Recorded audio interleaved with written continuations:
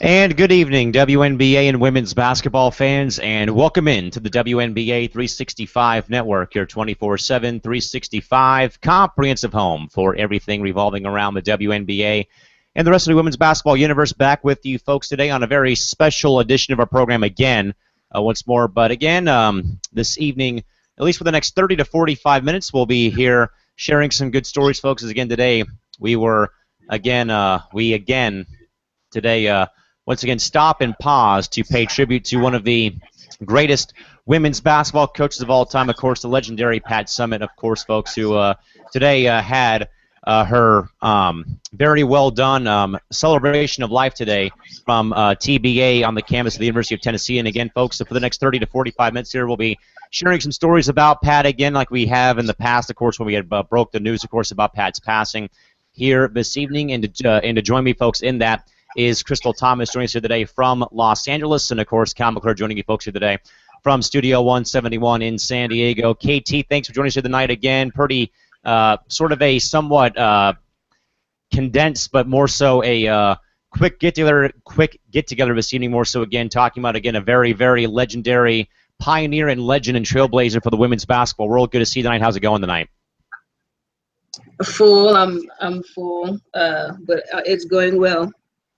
Good to hear. And, of course, folks, Facebook and Twitter and social media, the live chat box, all open for you folks here at facebook.com/WNBA365, or hit us up on Twitter at WNBA365, at Calamac3, or at Pup1010 with the hashtag WNBA365. Or if you're viewing us live tonight, folks, hit up the live chat box. We'll get to your commentary when we have a break in the action. Of course, Crystal, more so here today, much like I did on Sunday, again, not sharing stories about, not sharing stories about the league or any news, but again, coming here more so again, just kind of, again, share more good memories and more positive vibes about Coach Pat Summitt again today, folks. The public celebration of Pat's life again was held today from Thompson Bowling Arena on the campus of the University of Tennessee in Knoxville today. Of course, Crystal, some very good pageantry, some very good people in attendance today. Of course, former Tennessee great Peyton Manning amongst pretty much every single student-athlete that Pat Summitt had coached. A very, very well-done job by the Tennessee Athletic Department for the city of Knoxville, and also for Robin Roberts, of course, who was the MC of the event.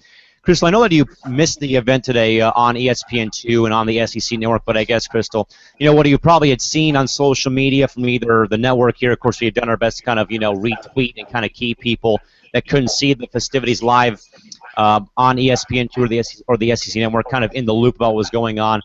Yes, Crystal, is there like any overall initial reaction or thoughts about Coach Summitt's celebration life again? It's something that you probably would have wanted, of course, was, was once more a full TBA on the Tennessee campus filled with, many of her close friends, her family, her daughters, better known as her players, and of course the great Tennessee Lady Vol fans that came to show her support today. Chris, I guess overall early thoughts or early take again about this, very well an extraordinary event for a very, very extraordinary legend and pioneer for our great game of women's basketball. What do you think? I unfortunately was not able to see it because I was out all day, but from the pictures and things that I heard and saw about it, it looked like it was very well put together. It was a very, very classy, I don't know if you want to call it a funeral or memorial, but it was very classy, and I think Pat would be proud to see everyone who cared about her just in one room and celebrating her life, and no drama, no anything, just there, just straight for Pat. Crystal, I'd probably say more of a public memorial than anything else in this instance again with Pat. Again, I was able to hear some of the stories again. I had DVR'd it because I was out at work today from about 5 o'clock to 8:30 this evening, and was able to, grab dinner but sit on my couch with my folks and watch this presentation again. Robin Roberts, phenomenal job at the helm of this, of course, is the MC of the event. You got to hear some of the great, some of her players, her coaches, some of her friends speak. Of course, Tyler Summitt, Crystal. I know that he tried his best to kind of carry on his mom's reputation or his mom's job, of course, when he was at Louisiana Tech before some fallout in regards to some bad publicity for Tyler. But seeing him speak, though, not only as, not only from a coach's perspective of him coaching for a bit, but also, as as Pat Summitt's son, of course, was great to see. Along the way, too, was, of course, Mickey DeMoss also speaking, along with, of course, Indiana Fever player Tamika Catchings, who spoke. There was a video tribute put together by former Tennessee great and ESPN3 announcer Brittany Jackson that featured Holly Warlick, Candace Parker, and Nikki McCrae, or Nikki Caldwell, Fargus, I should say. But again, Crystal, it was very good, though, of course, and they had flipped in between from players of her. They had shown Candace Parker and Catch and so many other players. I guess, Crystal, I know that, we'll talk more about this as we go on here, but I guess, Crystal, I know that we had heard stories from either Candace or Tamika or many of the players from Tennessee that had gone and seen Pat during the time she was ill. They would always make it a, kind of a thing over the summer to go and see Coach Summitt at some point at her house in the Tennessee area. Crystal, I think, as you kind of think about this again, I think, how near and dear is it, though, to the Summitt family, again, to have pretty much all of Pat's former players and coaches and so many other colleagues at this event for her tonight down there at TBA? What do you think that means? I think it means a lot for them, especially at a tough time like this. I mean, it's never easy losing anyone, and I think the fact that everyone was supportive and a lot of people actually showed up during the season for people, like Gloria Johnson, Candace Parker, Tamika Catchings, etc. I think that just lets you know that it's obviously it's always more than a game, but that lets you know how big Pat's impact was on them. That during the season they will travel and respectively pay their respects and risk being tired the next day just for Pat. And Chris, that's the thing, though, I kind of thought of or kind of speculated at the fact was, this is kind of fortunately for the WNBA, kind of fortunate that this was a off day for the entire league, and so that these players could travel and go and see and go and attend this. And I know that today I had also seen Coach Gino Ariema was in attendance today, of course. The former commissioner of the SEC Conference, Tennessee governor, was also in attendance tonight. So, Crystal, this was more about, not just the people that Pat touched or influenced on the court, but again, of how much she means not only to the city of Knoxville, but the entire state of Tennessee. Again, the Tennessee governor in attendance today, along with his cabinet was also there. And again, as we said, former colleagues and many other things. And by the way, a quick visit the chat box from our good pal, Eric Nimchuk of today's Fast Break, who just wanted to say RIP to Pat Summitt. Of course, Eric, thanks for stopping by and joining us here tonight on the program at this point. And I guess, Crystal, I think today, I think, Crystal, today I was probably more emotional today as opposed to when I sat here with Marquez Anderson, by the way, folks, who celebrated her birthday today as well. But I think, Crystal, I was more emotionally spent, I think, watching Pat's thing today as opposed to sitting here in the morning when the news broke about Pat's passing. I think I was more emotional today as opposed to either recently or back when I sat here and hosted that program, because Pat may not have had a direct impact on my life or maybe even in your life, Crystal, but it's somebody that not only impacted a sport but impacted a city, impacted a state, but more importantly though impacted an entire sports fan base, an entire sports community. Crystal, I guess if there has been any type of emotions for you in regards to either the day Pat passed or even today, I guess, kind of like, at this point, where are the emotions, I guess, for you right now during the, in regards to when Pat had passed away? We had talked about her passing that night in the program, and then today, I guess, where has the emotion kind of been, though, I guess, for you about, in regards to this, tragic event? I mean, it sucks. I mean, losing any type of legend in any sport, whether it's music, movies, any type of legend, is always tough. And I always feel for the family. No one really will understand what you are going through. Because we're upset and sad that we lost a legend, but to these people, she wasn't a legend. She was somebody's mother.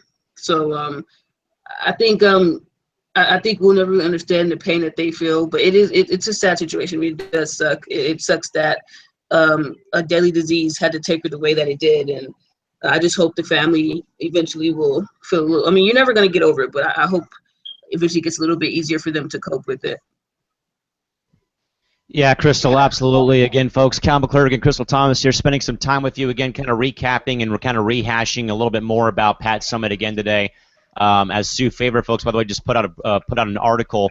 And Crystal, she's right though that the WNBA literally paused today. Again, there were no games played today in the WNBA today. And Crystal, Sue's right. I mean, today was, again, a scheduled league opt. Again, there were 4 or 5 games played yesterday, plus there were 5 games played a couple days ago as well, earlier this week, again, with everyone kind of winding down for the Olympic break. But I guess, Crystal, how ironic is, though, in your mind, that today, the day of Pat's memorial, that there were no games played in the league today due to the heavy scheduling of games yesterday for camp day. I guess, how ironic in your mind is it that, again, that there were no games played on Pat's memorial today in Knoxville? It's just weird how it worked out. No one thought Pat would pass away this year, and I think it's just the way the scheduling just so happened to unfortunately work out. I mean, you don't want something like this to happen in order for the league to pause, but it's just terrible timing. That's never anything good. That's never good timing about it, but I think it's just very coincidental.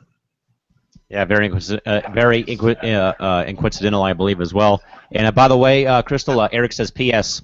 Hi, Crystal, as well, just in case you were curious out there. Hi, Eric. But again, folks, Sue Favor again with a great story again. But again, she's pretty much right again. The WNBA on pause today again with the full schedule of games yesterday played as well. And Crystal, I kind of think back though to the Sparks game I attended back on June 30th. Again, that was about a couple days after Pat's passing, of course, and that was the big game as well when we'll actually now, folks, go back to the chat box real quick, and a quick comment once more from Eric Nemchok of today's Fast Break. Eric says, it's only right that a celebration of life is so well attended. The impact Coach Summit had on the game and on women's sports in general was evident in her universal respect. And Crystal, that's the thing, though, that I also brought up, though, with Marquez Anderson back when we had broke the news about Pat's passing, was of how it was a different sort of day on social media in regards towards the women's basketball community and the women's sporting community, again, Crystal, of how it was not a typical day where we have to read, nonsense and, BS remarks and negative crap about, basketball for the women or just stuff like that. Like, for one day, the keyboard warriors were able to, step aside for 24 hours and kind of let us mourn the loss of Pat Summitt in a way. Again, Crystal, I remember sharing a story, though, from that day in regards to when there was a fan that had posted on a ESPN story about Pat's passing saying, I may not, watch or appreciate women's sports or the WNBA, but Pat Summitt had a direct impact on my life through the books that she wrote and how she was as a person and how she cared for everybody, whether they were a fan of her sport or not. Crystal, I'd probably ask the same thing again like I had asked Marquez, but again, seeing the outpouring support, though, from non-women's sports fans, what does the impact of Pat, I guess, say to you about that, again, about her kind of, being able to shut up the naysayers, I guess, about female sports in general? I mean, honestly, if you don't like what Pat Summitt has done, not just for female sports, but for sports in general, I mean, if you don't take the time to realize that what she done was pretty epic, then I just think you're not a sports fan, whether it's men's basketball, women's basketball, football, whatever the case may be. Even Peyton Manning said it. Peyton Manning said he wished he could have been coached by Pat Summitt, and that says a lot. This is athlete, NFL player, great NFL quarterback, and he's saying that he wished he could have been coached by Pat Summitt. So that it's deeper than just her being a woman. I mean, Pat Summitt was just a great coach overall, and she knew how to reach her players. Her players loved her. Her players would die for her, and it's if you don't respect Pat Summitt and all she's done, then you just don't respect sports in general. Yeah, no, absolutely. And folks, Cal McClure, Crystal Thomas joining you folks here tonight, and also our buddy Eric Nemchok also in the chat box. Kind of hang with you folks here again. We'll be here at least until 10:30 or 10:45 tonight again, sharing some stories again. If you may have missed Pat Summitt's full celebration live today, folks, I was able to record it on my DVR, but you should be able to find some link to either find the full one or you'll be able to probably hear some stories from some of the great people again that shared their stories about Coach Summitt earlier this evening. And again, Crystal, we've talked about the direct impact Pat has had on the sports world, of course, on women's basketball. But again, Crystal, I'll get back to the point I was going to bring up here again was, when I had gone to the Sparks game against Atlanta 2 weeks ago, back on June 30th. Again, that was I want to say about roughly 3 days following Pat's pass. Of course, I think she had passed away on Tuesday, so that was 2 days actually after Pat's passing. And that was the same night, though, too, Crystal, where I was at the local fair watching the Sparks game on my phone via Watch ESPN. And again, I'm just watching Candace Parker pull her team back from the dead, basically being down 22 points against the Dallas Wings, and they win the game. And I almost literally started bawling. I mean, just because of how, her performance that night was so uplifting and inspiring on a very, very chaotic, very, very emotional day that I was just engulfed in tears. I was engulfed in my emotions and in my feelings, basically. And here I am enjoying myself at the local county fair, but watching this game, though, on my phone had me brought the tears of how Candace Parker, again, played that game for her coach and, again, brought her team back from the dead, being down 22 points. That same night where I said, Candace, if I see you on Thursday, I'm going to give you a hug because this game really inspired me as a fan of how you went out there again and played with a very, very, heavy mind and heart. And that was, I guess, Crystal, kind of the way I felt, though, when I did see CP after the game on Thursday when I was waiting around for 60 minutes or 90 minutes at the time, Crystal. But that was my emotion, though. It wasn't, it was kind of what I talked about on the Sunday show, Crystal. But more than anything else, though, that hug, though, was kind of like, hey, I feel your pain, though, about your coach, about Coach Pat. I'm right there with you. I'm sharing, the same sorrow as you are. I guess, Crystal, is there like any thoughts, I guess, about seeing Candace Parker put on that performance that night again on a very, very, pretty emotionally taxing day for her again, and again seeing her will her team to the finish line and get a victory above all on a very, troubling day for her as a person? Well, that whole thing emotional. Like if you, I don't know if you could really see it from TV, but being at the game, you can see that team was emotional. They started off really slow. They started off like they really weren't feeling it, and they powered through and they pushed through and they did offer Pat, and emotions in that game in general just running high for every player. So for every player to just get the strength to come out there and play, especially for Pat, especially for their teammate, it was a beautiful thing to watch. Very beautiful thing indeed. Again, once more. So again, Crystal, it kind of leads me into tomorrow, folks. Again, there's a full menu. Again, there's 5 games tomorrow. Again, L.A., Connecticut, Atlanta, Indiana, New York and Minnesota, Dallas and Chicago, and Washington and Seattle. Excuse me, all playing on Friday.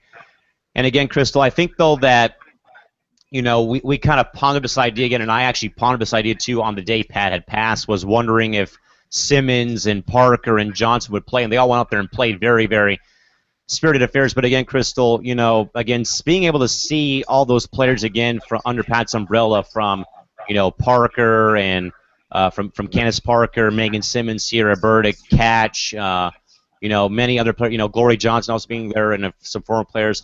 I guess, Crystal, they've already had to play one pretty emotional game already when they played the day Pat had passed. But I guess, Crystal, I guess what would the emotions, I guess, in your mind kind of be for those players that are playing that were though in attendance at Pat's memorial this evening, as they now go and play their games tomorrow in your mind? What do you think? Obviously they're going to be pretty sad. Anytime you lose someone who meant something to you, it's never going to be easy. But I think because this is a celebration of life, they know she's no longer suffering. They know she's no longer hurting. Obviously you're still not going to feel good about it because you wish she was here physically and not just spiritually. But I think they'll feel a little bit better knowing that she's no longer in pain, but at the same time, they can't just pick up the phone and talk to her when they needed to speak to her about something. So I think that's going to be a tough part. But I think mentally and emotionally they'll be okay. I think if anything, they're going to start playing more for her, and I think it'll probably help them out. Any of the players, not just one, but any of the players, I think it will help them out, and they probably will start playing a lot harder. Crystal, and Tamika Catchings actually brought that up in her eulogy speech today during Pat's memorial today was, because of course, Catch being a part of that, of those 3 straight titles in '97, '98, '99, and when she was at Tennessee, was that she said though was whenever she wasn't around Pat, she always could pick up the phone and call Pat or go and see her at her house. But again, Crystal, that's something though I think though that is kind of a lost art in sports now, is that firmly built coach and player relationship again, is we don't really see that a whole lot in sports at the high school level. The college level, every now and then you see it, either with Gino and his players or Pat and her players, and then sometimes it's kind of rare at the pro level. I probably say, Crystal, the best maybe coach and coach player relationship, and people can beg to differ, but I'd probably say the relationship between Mike D'Antoni and Steve Nash in Phoenix when he was with the Suns in 2005 up until he left the team in 2010, 2011, 2012.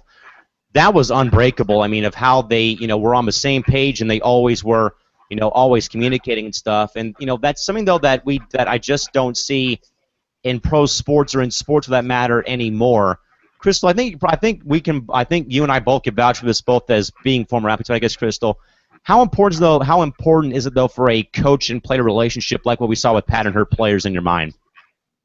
I mean, I think it's really important. I mean, like you said, there's not many, especially now with all the, example, how they're saying Cheryl Swoops was, I guess, disrespecting players. You really don't have players who can really trust coaches that much. I mean, there's some, Gino's players love him and Pat players loved her, and but I think it's really important. You don't want to just build a relationship with a coach just for the sake of basketball. You want to build a relationship outside of basketball, just in case you need a job reference or anything. So it's important to have that type of relationship with your coach.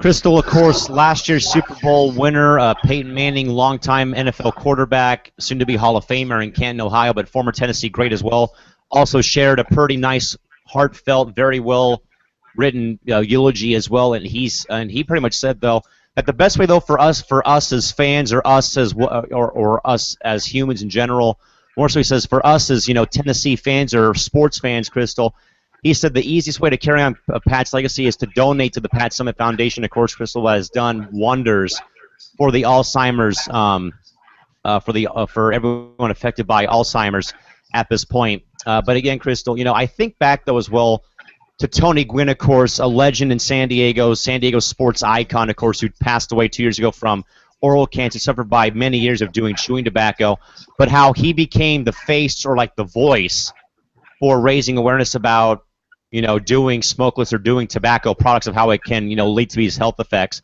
We have Pat, of course, who advocated, of course, for Alzheimer's. I know I have a friend in Mia McPullen, of course, who advocates for people that are affected by blood cancer. Crystal, how important, I guess, is it now in 2016 again, where how far we've come in medical research, I guess, for people like Tony Gwynn or Pat Summitt to be the front line, the face or the voice for advocating for research or raising awareness about either whatever the cause may be, whether it's Alzheimer's in Pat's case or in Tony Gwynn's case it was doing tobacco.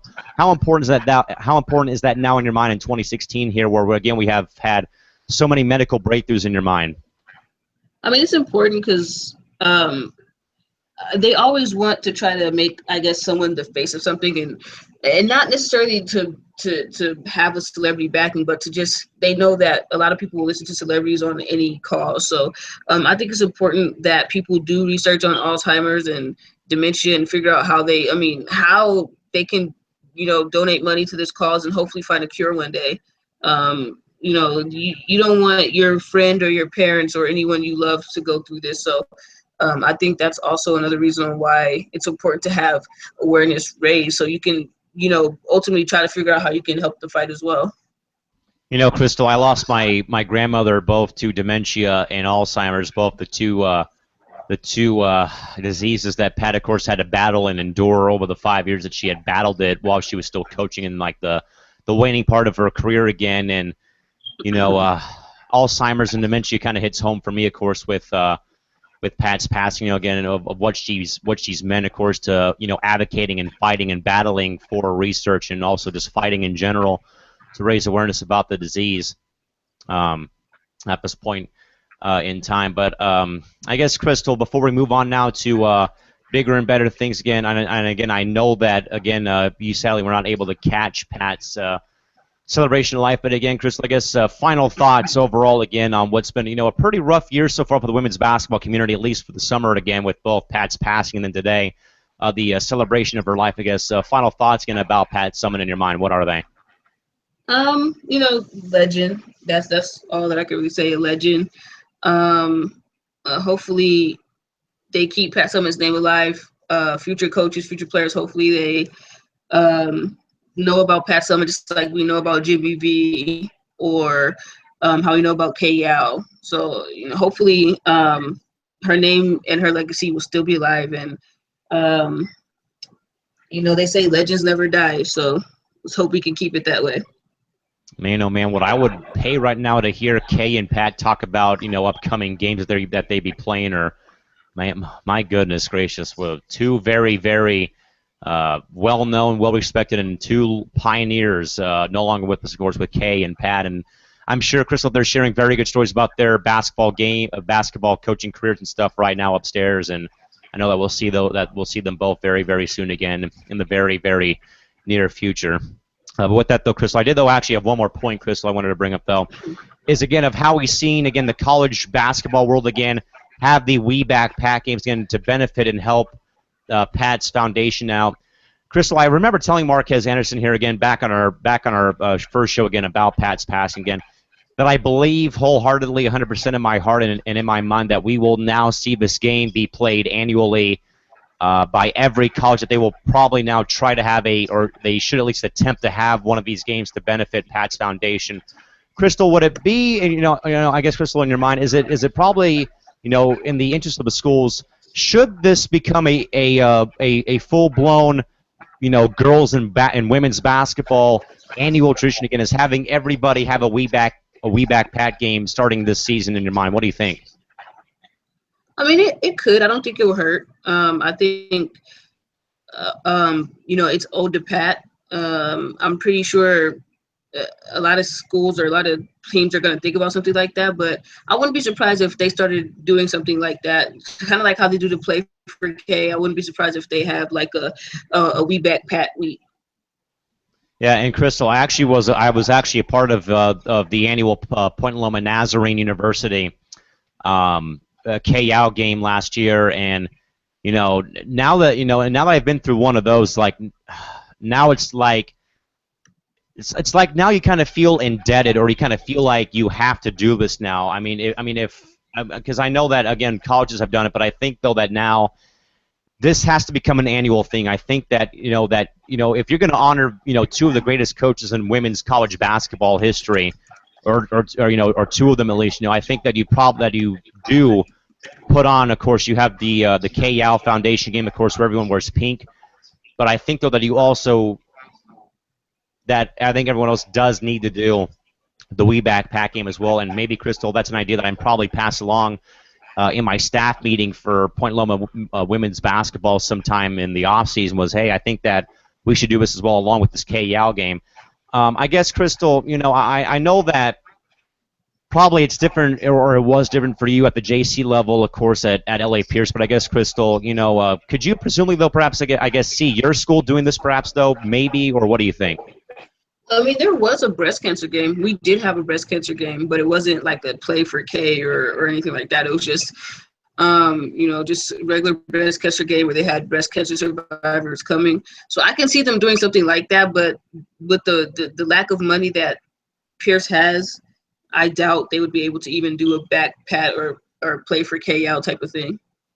Yeah, so again, throwing out some ideas, but again, folks, I'm sure that there's, from what I have gathered, again, there's a few photo galleries you can view, but I think you should be able, I believe that the Tennessee athletic department did live stream the event, folks, from today. If you missed it, you probably can go onto the Tennessee athletic department's website again for volunteer athletics and catch that live stream again that was hosted again today by Good Morning America's lead anchor and longtime ESPN basketball announcer and SportsCenter anchor, Robin Roberts. And I guess, Crystal, as well, to kind of, I guess, end on a good note in some capacity with this. But again, Crystal, it was good though to see both Robin Roberts and Holly Rowe all in attendance tonight, just mere hours after being at the ESPYs.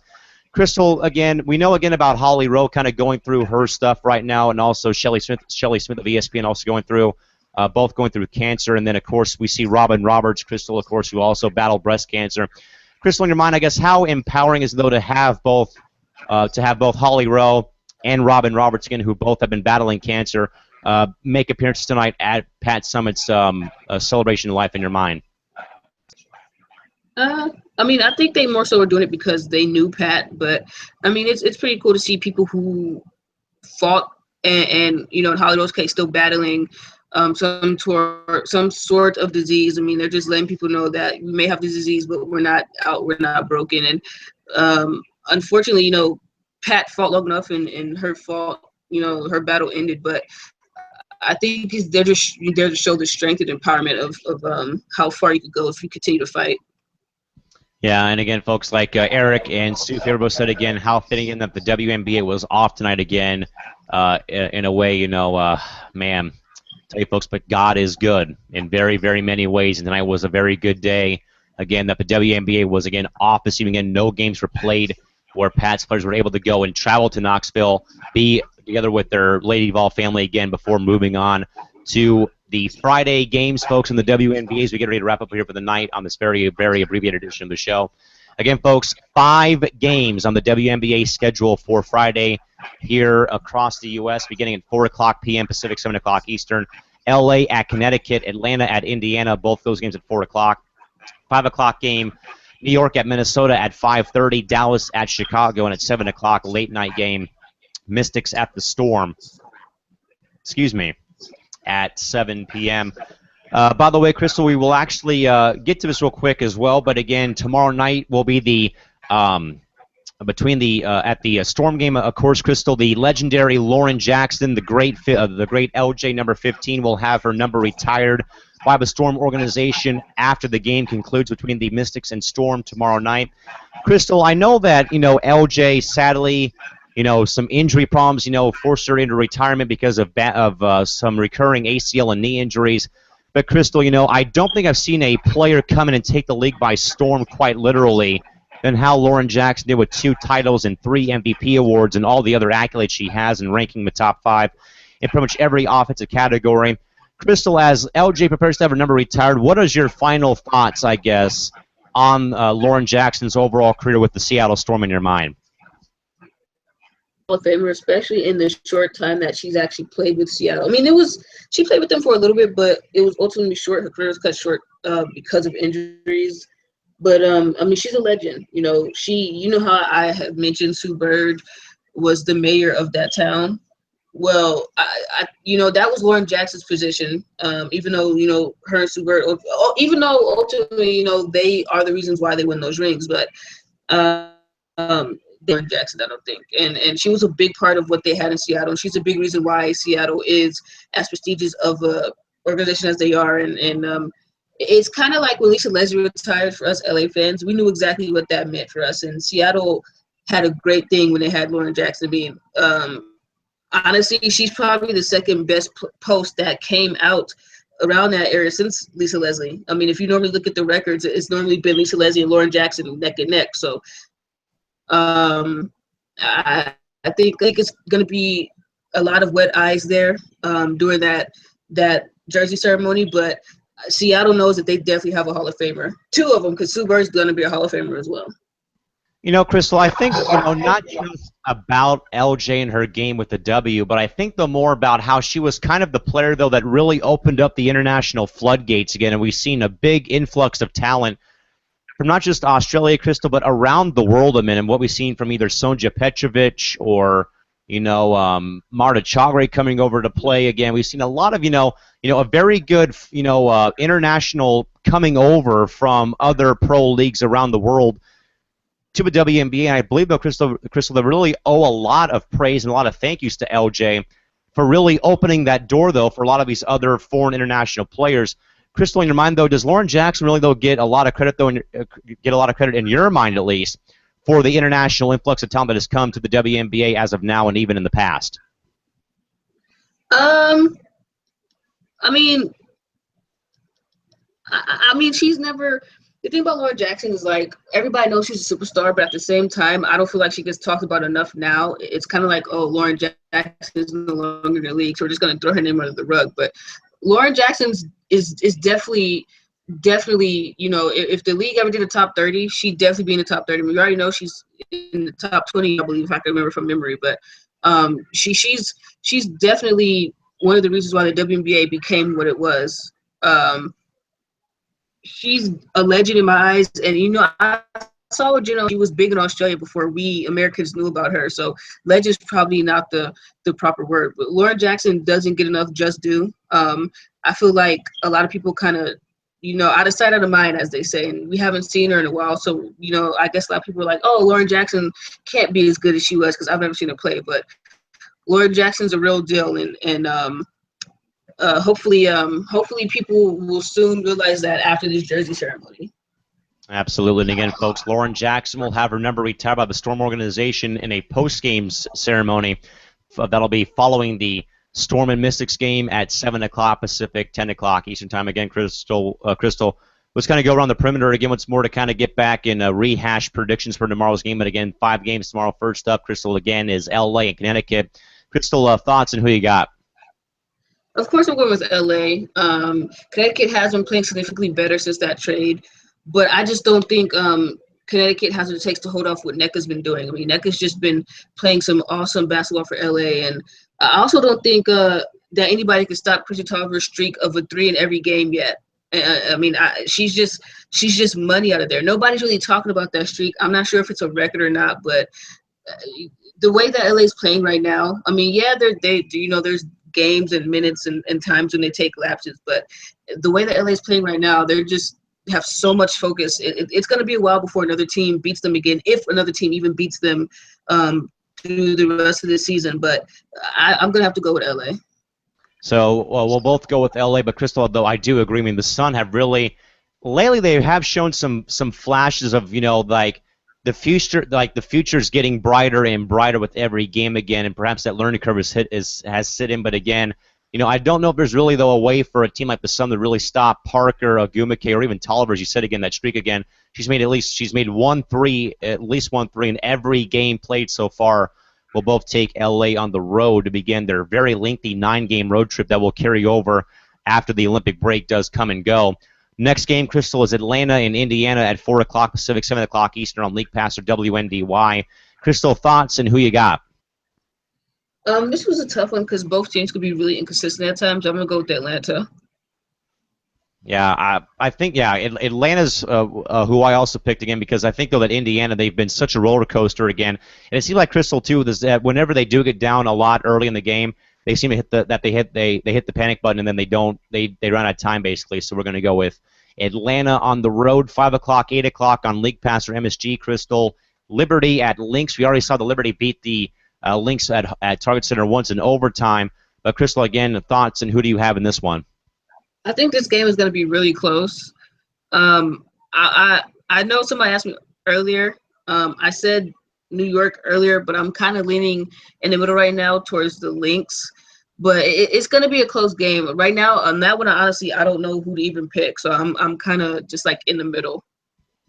You know, I know that Tina Charles and Rogers have really been, you know, workhorses, Crystal. But then again, though, I mean, you have 3 other workhorses on the Lynx. Again, I'm kind of in the middle, but I still don't kind of lead towards Minnesota due to the fact of home court. So I'm going to actually go with the Lynx and go with the Lynx via the reason of home court advantage right now. 5:30 game, 8:30 game. Dallas visits Chicago on League Pass or the U2 in Chicago. KT, thoughts about this one? Because, again, here's, 2 more pretty much up and down teams so far, but what do you think about this one? Wings and Sky. I'm going to go with Chicago, but I think I'm making a mistake here. Both of these teams have been pretty inconsistent. I would hope to see Chicago start to pick it up a little bit soon, but I wouldn't be surprised if Dallas does come through. But at the same time, Dallas is missing Glory. So I think they're missing a key part of their post. Glory, she really did some great things for them. She plays defense well. I mean, she can get to the basket well. But I'm going to go with Chicago. You know, Crystal, Chicago in this game is going to have to come out like a shark that smells blood in the water. Without Glojo being there again, This is a game where they have to take advantage of Dallas walking wounded here. Can it happen? If they get all-around good play from everybody, they play good defense, they'll win. But I still don't think, though, that with both these teams going to be sitting there, they've been kind of up and down. They've been yo-yos all year. That Dallas, I think, has a chance to win this game on the road, even without Glory Johnson. That's only the fact, though, Chicago plays good defense and actually scores points this game. And if they don't take advantage of the post without having Glojo there, they could be in trouble. But I think, though, that I'll go with Chicago, though, as well, because, again, they have to come out and play with a sense of urgency in this game, again, without having Glory Johnson in the starting mix or in the lineup for the Wings on tomorrow night.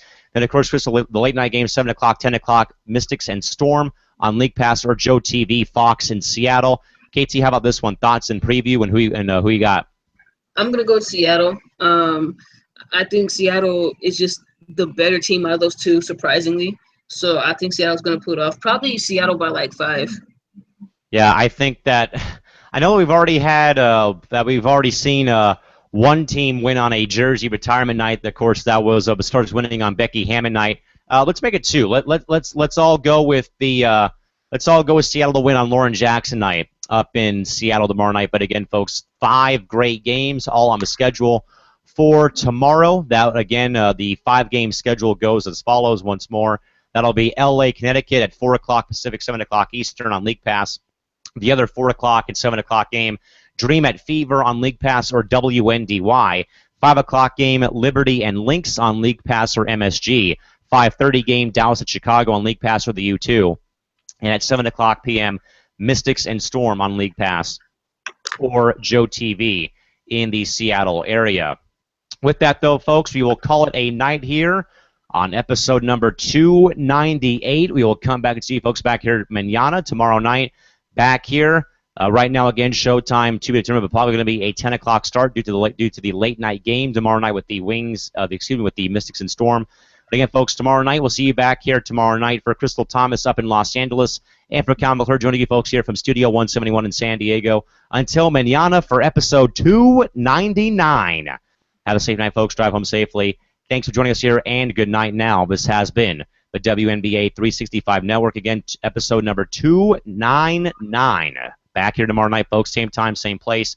10 o'clock p.m. back here on WNBA 365. Till then, folks, good night, and see you tomorrow. Bye-bye.